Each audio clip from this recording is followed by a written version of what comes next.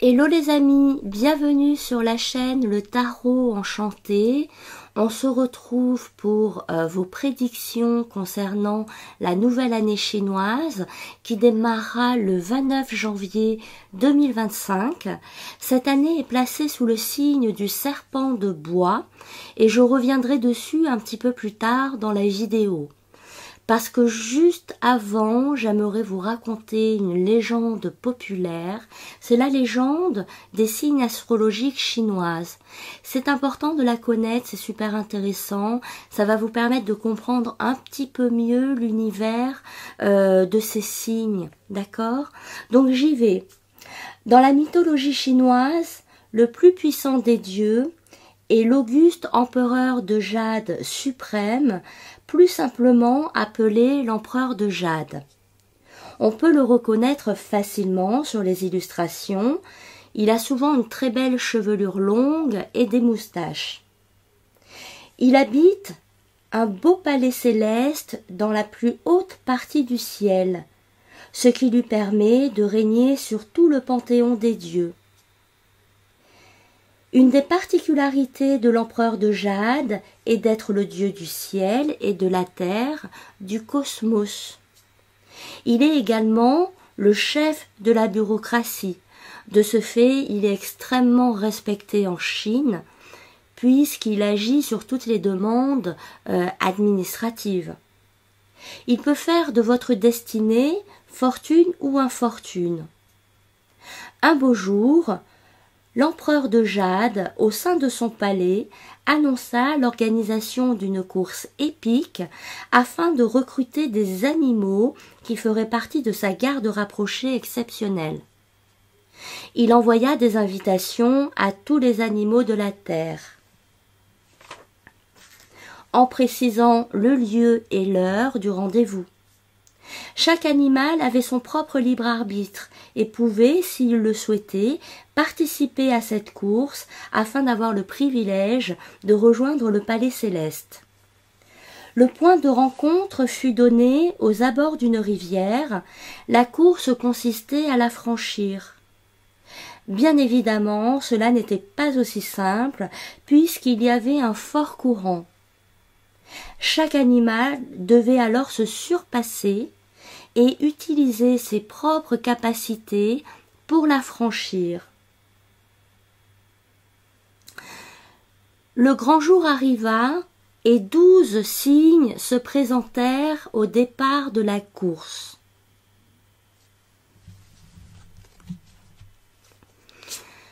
Le chat, appelé également lapin ou lièvre, avait très peur de l'eau. Il devait, pour y arriver, trouver une solution.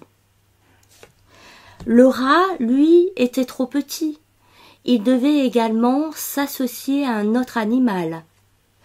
Tous les deux firent un pacte et demandèrent au buffle s'il était possible de voyager sur son dos. Le buffle, bon camarade, accepta. Au fur et à mesure de l'avancée de la course, le classement surprit l'empereur de Jade.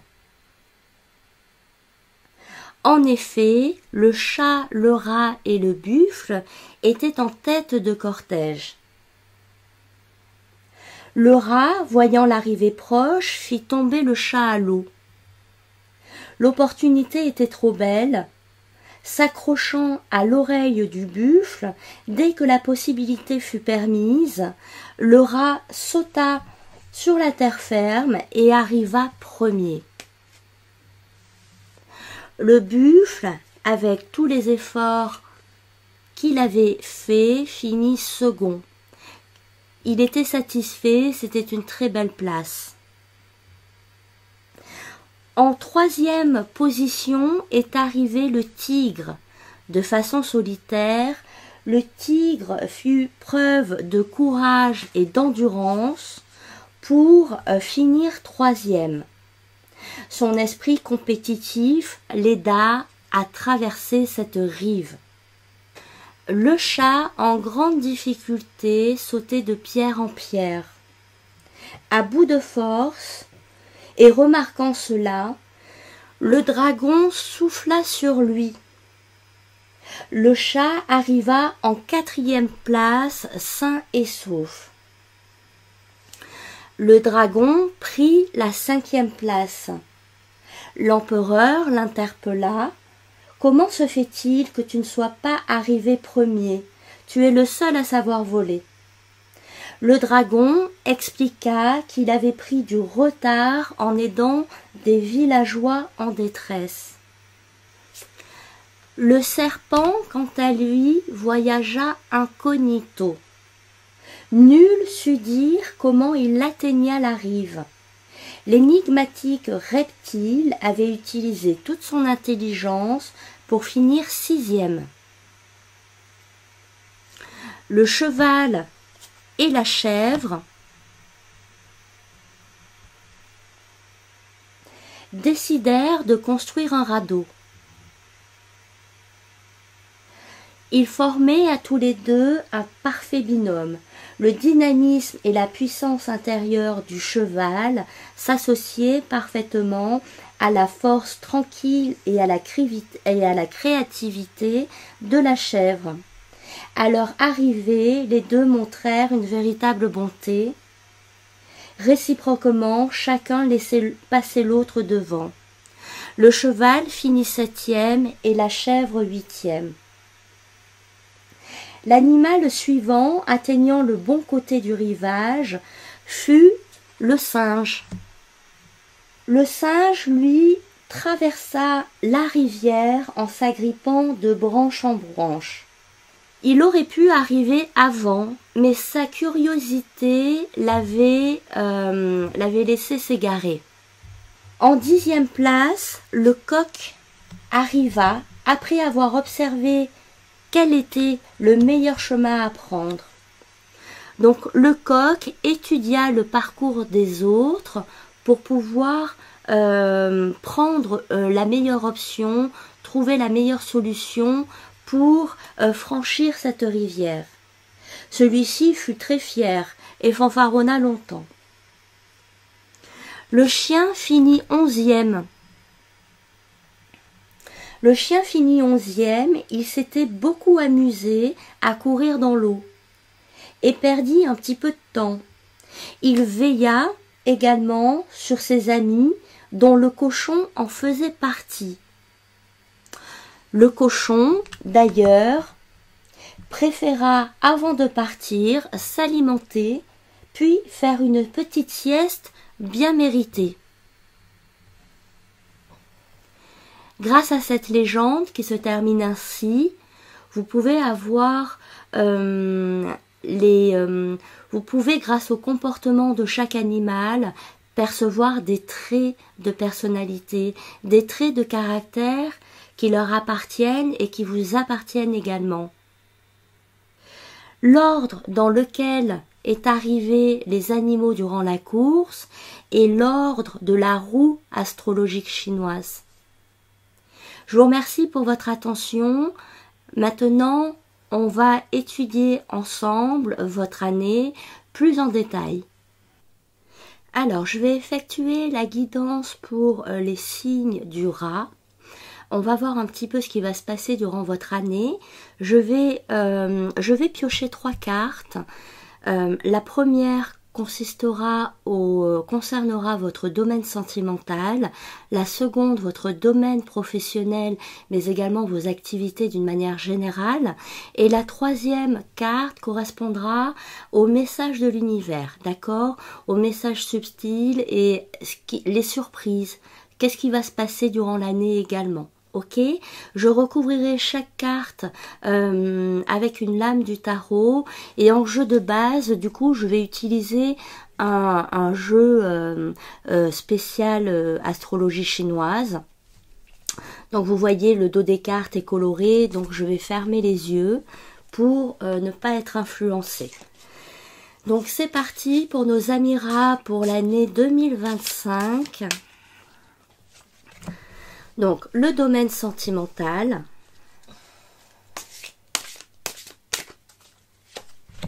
le domaine professionnel et l'univers. Alors, dans le domaine émotionnel, nous avons le tigre qui ressort. Dans le domaine professionnel, nous avons l'acidité qui ressort. Et nous avons le singe sur l'aspect subtil. Ok, les plans subtils. Parfait. Je vais recouvrir chaque carte avec une lame du tarot.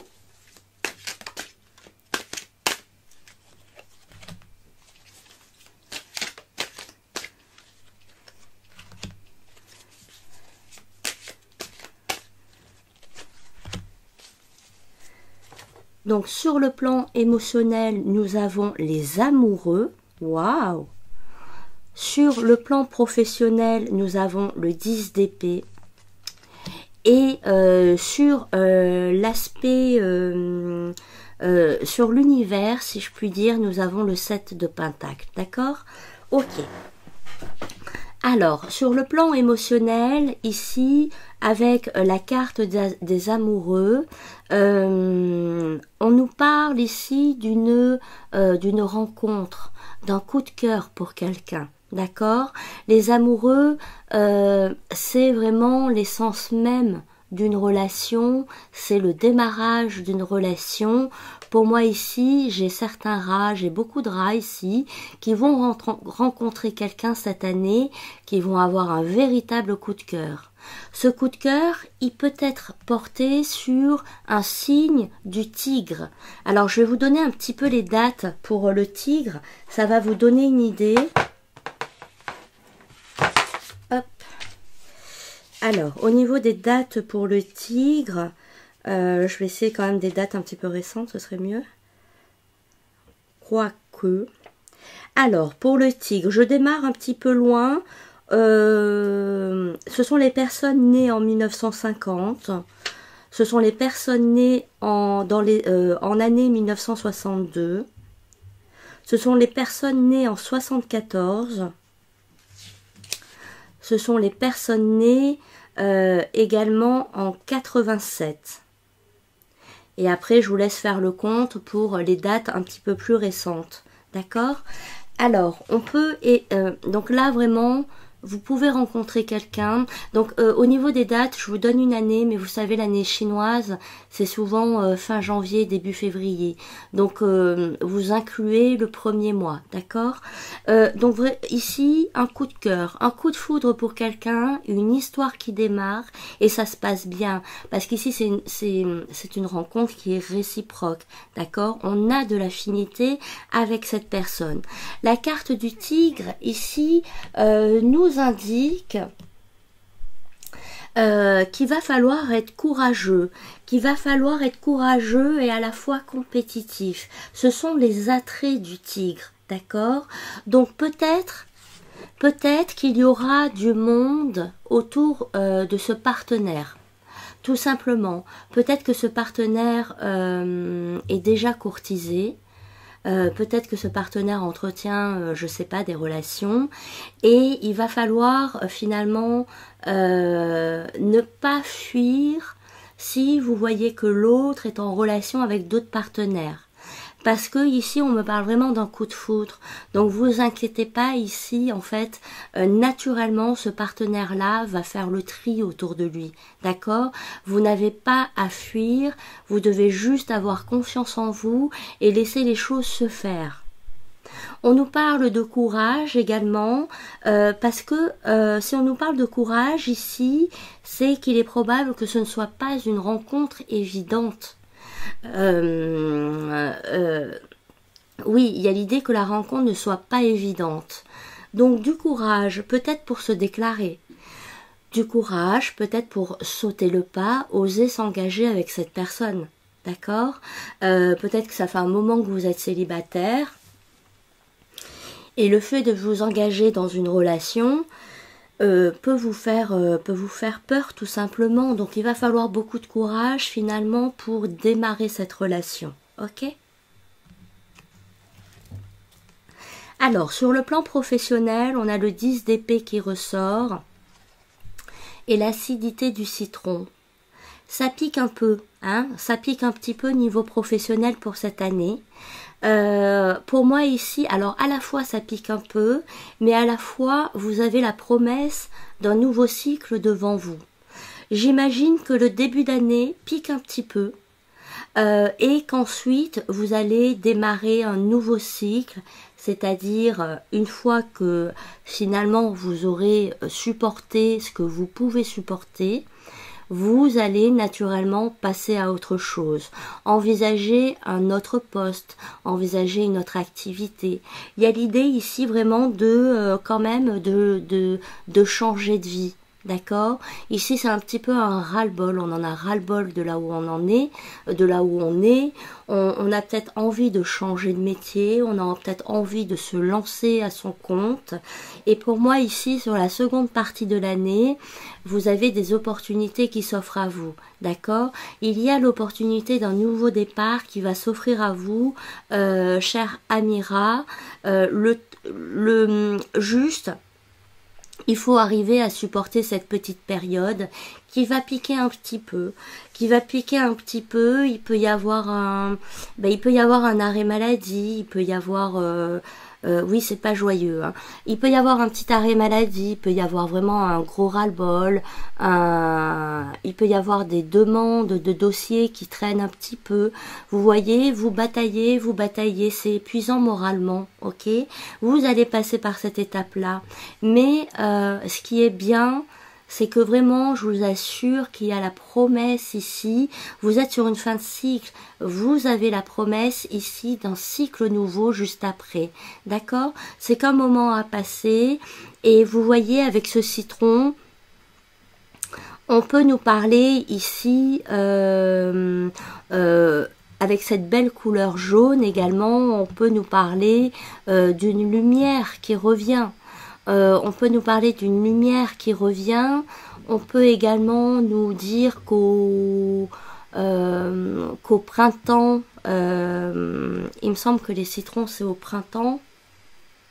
Il me semble que les citrons c'est au printemps, mais vous voyez quand le citron est à maturité, on peut nous parler là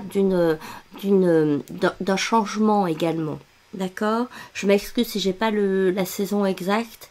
Alors je sais qu'en hiver ça évolue, mais il me semble que c'est au printemps quand même, printemps-été, où on récolte. Donc il y a l'idée de récolte quand même, d'accord? Avec ce fruit, il y a une idée de récolte, mais qui viendra un petit peu plus tard, courant d'année, d'accord? Alors avec le singe et le 7 de Pentacle sur cette année, il y a l'idée,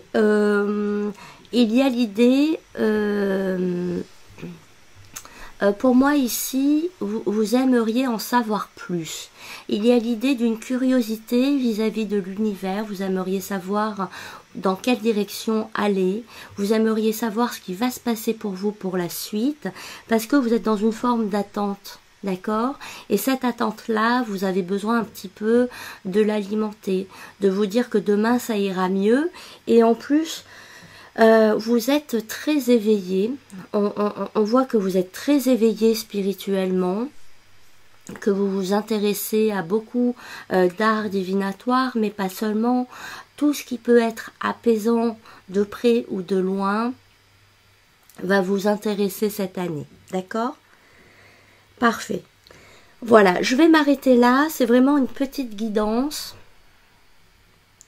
C'est une petite guidance, d'accord? Tout simplement parce que je ne sais pas si vous avez vu, mais je viens d'effectuer les tirages pour l'astrologie classique, les tirages pour l'année 2025.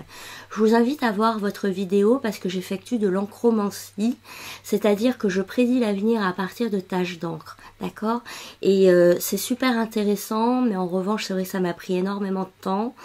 Et voilà, ben, je vous invite à regarder cette vidéo, d'accord? Je vous embrasse très fort, les rats, portez-vous bien. N'hésitez pas à vous abonner à la chaîne. Là, prochainement, je vais sortir du coup les guidances du mois de février. Si ça peut vous intéresser, les guidances du mois de février, ainsi que les tirages sentimentaux pour la Saint-Valentin.